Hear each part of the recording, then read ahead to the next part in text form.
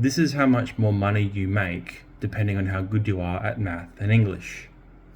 As you will see, the better you are at math and English, the more money you make, as measured by the PIAAC from the US in 2014. Going off of that chart alone, a person might conclude that, well, smarter people make more money. If I'm good at math and I'm good at English, that must mean I'm pretty smart, which means I'm going to make more money.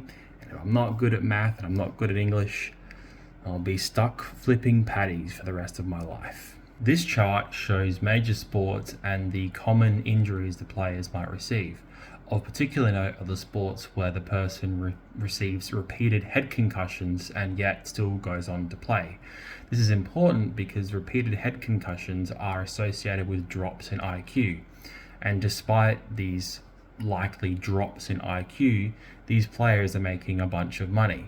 So I present this data as direct contradictory data to the first table to show you, maybe IQ and intelligence isn't everything, right? This chart is possibly one of my favorite.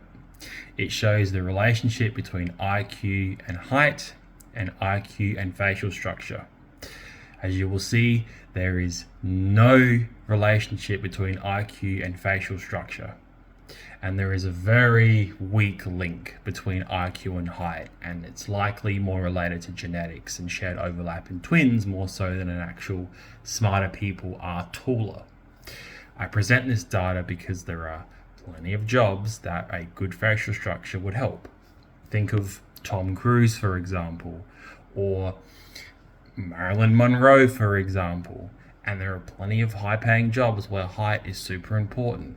Think of a basketball player, for example. This table shows the relationship between IQ and the 6 personality traits known as the Hexaco model or the Big Six.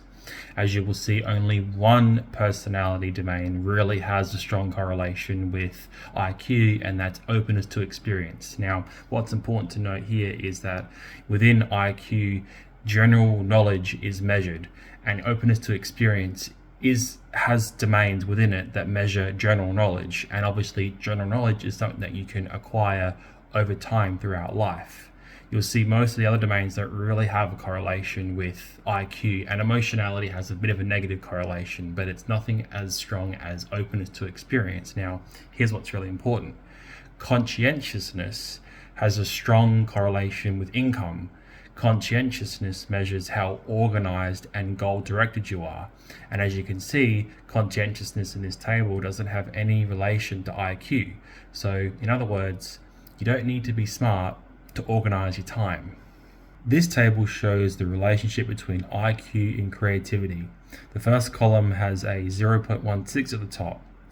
This is a pretty weak correlation between IQ and creativity, 0.16. It's not very strong. You'll see the second column has science at the bottom. So there is a bit of a strong correlation between the need for creative IQ in the context of science, but then you'll see for arts and everyday it's much lower. The take home from this chart is that the relationship between IQ and creativity is present, but it's not that strong compared to, say, IQ and openness to experience from the personality domains before. Now, there's plenty of jobs out there that require creativity, such as, a filmmaker, a writer, a creative, an artist, a painter. And as per the data, a higher IQ is not necessarily needed to be super creative. So you might be wondering, why the heck am I showing you all these different charts? It's to show you that intelligence and money is far more complicated and nuanced than you might think.